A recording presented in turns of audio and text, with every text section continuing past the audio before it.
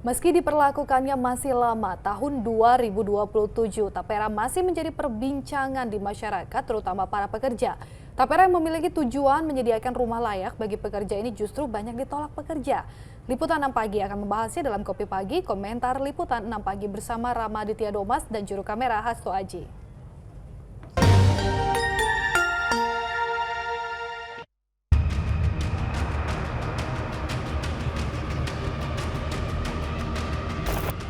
Saudara, terbitnya PP terbaru nomor 21 tahun 2024 yang mewajibkan pekerja menjadi peserta tabungan perumahan rakyat atau TAPERA menambah daftar potongan penghasilan pekerja. Banyak yang menilai TAPERA kembali membebani pekerja atau pemberi kerja. Padahal tujuan pemerintah memperbarui aturan TAPERA yakni untuk memberikan pekerja hunian yang layak. Ya saudara, lalu apakah aturan TAPERA yang akan dijalankan pada tahun 2027 ini justru sangat diperlukan atau malah membebani masyarakat? Saudara, bersama saya Ramaditya Domas dan juru kamera Hasto Aji. Inilah Kopi Pagi, komentar pilihan Liputan 6 Pagi. Pemerintah kembali menerbitkan kebijakan yang membuat pekerja mengerutkan dahi. Beberapa waktu lalu, tepatnya 20 Mei, pemerintah mengeluarkan aturan terbaru tentang penyelenggaraan tabungan perumahan rakyat atau TAPERA. Di dalam aturan ini, seluruh pekerja di Indonesia, entah itu PNS, pegawai BUMN, dan swasta, wajib menjadi peserta TAPERA serta diharuskan menyisihkan dana dari upahnya. Kebijakan ini tertuang dalam peraturan pemerintah terbaru nomor 21 tahun 2024. Setiap pekerja dengan usia paling rendah 20 tahun atau sudah kawin yang memiliki penghasilan paling sedikit sebesar upah minimum wajib menjadi peserta TAPERA. Dana yang harus disisihkan untuk TAPERA dari total gaji yang didapat pekerja sebesar 3%. Rinciannya, 2,5% dari pekerja dan 0,5% ditanggung pemberi kerja. Kepesertaan otomatis berakhir saat pekerja pensiun atau meninggal dunia. Setiap peserta berhak memperoleh pengembalian simpanan dan hasil pemupukan berkisar 4,5 hingga 4,8% paling lambat 3 bulan setelah masa kepesertaan berakhir. Lantas, apa tujuannya? Sebenarnya TAPERA memiliki tujuan yang mulia, yakni menyediakan hunian yang layak bagi pekerja. Selain itu, jika pekerja telah memiliki rumah, penghasilan yang disisihkan untuk TAPERA dalam periode tertentu bisa dicairkan jika pekerja pensiun. Pekerja juga bisa menggunakan dana TAPERA untuk merenovasi rumah. Keruan saja, aturan TAPERA ditolak mentah-mentah pekerja swasta karena merasa TAPERA memotong gaji mereka. Saat ini saja sudah ada 5 jenis potongan gaji pekerja. Di antaranya pajak penghasilan pasal 21 atau PPh 21 sebesar 5-35% sesuai penghasilan pekerja. Lalu, ada BPJS Kesehatan dengan potongan 5%. Rinciannya, 4% dibayarkan perusahaan, sementara 1% dibayar pekerja. Berikutnya ada BPJS Ketenagakerjaan Jaminan Hari Tua.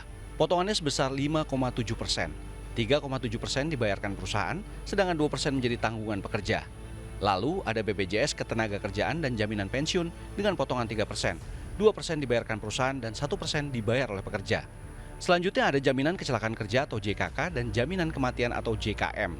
Tanggungan sepenuhnya dibayarkan perusahaan dengan besaran 0,24% untuk JKK, sedangkan JKM sebesar 0,3%. Dan kembali, pemerintah menegaskan TAPERA merupakan tabungan yang dananya bisa dimanfaatkan pekerja. Tabungan bukan dipotong terus hilang, itu tabungannya anggota untuk nanti dia mendapatkan tabungannya itu untuk mendapatkan bantuan untuk membangun rumahnya. Itu sudah sejak 5 tahun yang lalu. Bahkan Presiden Joko Widodo menganalogikan TAPERA sama persis dengan BPJS sewaktu pertama kali diterapkan, dan pro kontra menurut Jokowi sudah biasa setiap ada aturan baru diterapkan. Ya, semuanya dihitung. Biasa dalam kebijakan yang baru itu pasti masyarakat juga ikut berhitung, mampu atau nggak mampu, berat atau nggak berat. Seperti dulu waktu BPJS di luar yang BPI yang gratis 96 juta kan juga ramai, tapi setelah berjalan kan saya kira merasakan manfaatnya bahwa rumah sakit tidak dipungut biaya, hal-hal seperti itu yang akan dirasakan setelah berjalan. Kalau belum biasanya pro dan kontra. TAPERA benar-benar menjadi akronim yang tengah hangat diperbincangkan. Tidak cuma pekerja, pengusaha dalam hal ini pemberi kerja juga memperbincangkannya dan tentu menolaknya. Kenapa? Tidak lain karena pemberi kerja juga harus mengalokasikan pengeluaran baru untuk memenuhi 0,5% untuk TAPERA pegawainya. Serikat Buruh dan pengusaha kali ini kompak menolak diberlakukannya TAPERA. Bersama-sama dengan kami menilai bahwa perlu ada pertimbangan dari pemerintah untuk merevisi kembali PP yang ada dan undang-undangnya ya, karena di undang-undang itu jelas menyebutkan ini adalah suatu keharusan. Sementara kita merasa ini ya kalau bentuknya tapera ya kita buat aja sukarela dan kita memaksimalkan jaminan sosial yang sudah ada saat ini. 1 bulan kami harus menabung itu dan kami tidak tahu kapan kami bisa mengambil karena itu diwajibkan dari usia 20 sampai usia 58 tahun. Di era fleksibilitas ketenagakerjaan saat ini kan tidak ada yang bisa menjamin saya akan berada dalam satu perusahaan itu sampai usia 58 tahun. Bagaimana nanti misalnya mereka yang sudah tidak bekerja, yang meninggal dan yang banyak sekali. Itu dari sisi pengusaha dan lembaga yang menaungi buruh. Bagaimana pendapat masyarakat dan pekerja terkait kebijakan tapera yang tengah menjadi polemik ini? Kalau dari saya sih setuju sih Mas, karena itu kan bisa untuk ke masyarakat yang lebih kecil sih ya. Jadi kan itu kan dampaknya untuk membangun rumah-rumah rakyat kecil lah. Gitu sih, menurut saya sih setuju. Karena masyarakat kecil juga masih banyak yang belum punya rumah, masih banyak yang di pinggiran, masih banyak yang terlantar gitu sih Mas. Jadi kita dengan ikut adil dalam tapera ini untuk membangun masyarakat kecil untuk menjadi lebih baik.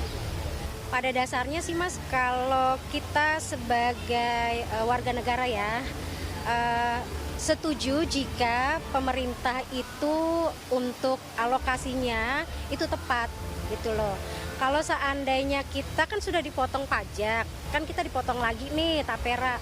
Kalau pemotongan saat ini diberlakukan dan nantinya itu pemerintah itu tepat istilahnya dalam arti kata itu Mas, dialokasikan tuh untuk apa? Nanti dikasihkannya pada jangka waktu pada saat berapa lama? Nah itu ditepati atau tidak? Karena kan kalau menurut saya kita udah berat juga ya. Kalau pemotongannya harus 2 kali. Mungkin kalau bagi kita yang penghasilannya besar itu nggak masalah, asalkan alokasinya itu sesuai gitu. Agak kurang setuju sih tapera gitu, karena ya mungkin kegunaannya buat apa juga gitu kan, dan juga kan katanya dicairkan setelah pensiun gitu.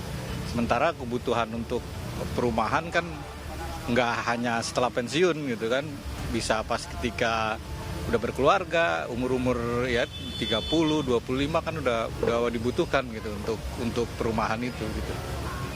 Setuju asalkan dananya itu tepat sasaran ya. Kalau asalkan benar aja ya Mas, untuk perumahan rakyat ya tadi ya, iya. Itu aja sih. Harus dijelasin dulu ya, benar-benar nggak tepat sasaran itu gitu ya. Setuju atau enggaknya sih kalau dilihat dari sekarang sih sementara belum setuju ya Mas, karena kan di sini saya juga baca-baca terkait tapera itu baru di internet, sosial media dan lain-lain. Jadi untuk keberlanjutan secara gimana sih sistem tapera itu saya masih belum terlalu mengerti. Jadi mungkin itu perlu adanya sosialisasi terkait tapera itu sehingga masyarakat dapat menerima secara jelas dan detail gitu, sehingga tidak ada salah tangkap antara pemerintah dan masyarakat. Sebelum berangkat kerja dan sambil menonton televisi, Ilham yang tinggal di kawasan Jakarta Timur ini bercengkrama dengan keluarga kecilnya. Apalagi saat bermain bersama si kecil, pegawai di salah satu perusahaan di Jakarta ini lupa akan beban hidup yang harus ditanggungnya. Tidak hanya bersama keluarga kecilnya, rupanya di rumah inilah Ilham tinggal bersama saudaranya. Bagi Ilham, memiliki rumah sendiri memang menjadi impian. Tapi apa hendak dikata, gaji yang ia miliki belum bisa memenuhi keinginannya membeli rumah. Tapi ironisnya, Ilham justru menilai tapera bukanlah solusi bagi karyawan sepertinya, karena potongan dari gaji untuk tapera sangat berpengaruh terhadap pengeluaran untuk keluarganya. Nggak usah lah ya, nggak usah ada potongan tapera kayak gitu, karena yang udah punya rumah juga sebenarnya memberatkan yang udah punya rumah ya. Mereka harus membayar tapera dan cicilan mereka yang KPR gitu. Untuk kita yang belum punya rumah, kayaknya agak sulit lah ya. Dengan tabungan tapera itu sampai menyentuh angka harga rumah yang sekarang kayak gitu sih, seharusnya sih nggak usah lah ya. Ilham merupakan salah satu potret pekerja yang terdampak jika nantinya tapera diberlakukan tahun 2027. Terkait semangat pemerintah untuk menyediakan rumah layak bagi pekerja, pengamat kebijakan publik Trubus Rahadiansyah menilai penarikan tapera merupakan bukti lain ketidakhadiran negara untuk memenuhi kebutuhan perumahan bagi rakyat. Melihat PP ini jadi persoalannya kan negara itu hadir di mana gitu. Kok negara nggak ada tanggung jawabnya? Kalau cuma buat ngatur doang ya bisa aja Mas Mbak, gitu ya, buat aturan doang. Tapi ketika nanti mau diterapkan, ya negara kan harus punya tanggung jawab karena masyarakat ini kan juga dibebani oleh kewajiban-kewajiban lain seperti bayar pajak lah, bayar retribusi, macam-macam lah ya. Lantas, apa pengaruhnya terhadap gaji atau penghasilan pekerja jika tapera diberlakukan? Jika diasumsikan pekerja swasta bergaji 5 juta rupiah per bulan, maka total potongan BPJS Kesehatan, JHT, jaminan pensiun, dan tapera sebesar Rp325.000 dalam setiap bulannya. Ini berarti gaji bersih yang diterima pekerja per bulan menjadi Rp4.675.000. Angka ini masih belum menghitung potongan PPh 21 yang wajib dilaporkan sekali dalam setahun. Sebagai gambaran, kenaikan UMR tiap tahun tidak lebih tinggi dari inflasi. Artinya secara nominal memang naik, tapi secara daya beli bisa dibilang tidak membaik. Kenapa? Saat daya beli tidak membaik, harga-harga justru serba naik. Dengan tambahan potongan sana-sini, tentunya membuat pekerja semakin terhimpit. Namun, nampaknya pemerintah tetap akan menjalankan tapera yang merupakan amanat undang-undang. Pemerintah melalui Badan Pengelola Tapera menjelaskan bahwa tapera merupakan solusi bagi pesertanya untuk memiliki rumah. Tapera hadir ya, sesuai amanah Undang-Undang Nomor 4 2016 tentang tapera ya, untuk meningkatkan kemampuan atau affordability masyarakat untuk menjangkau harga rumah tersebut. Melalui apa? Melalui penurunan suku bunga yang pada akhirnya menurunkan besaran angsuran bulanan peserta.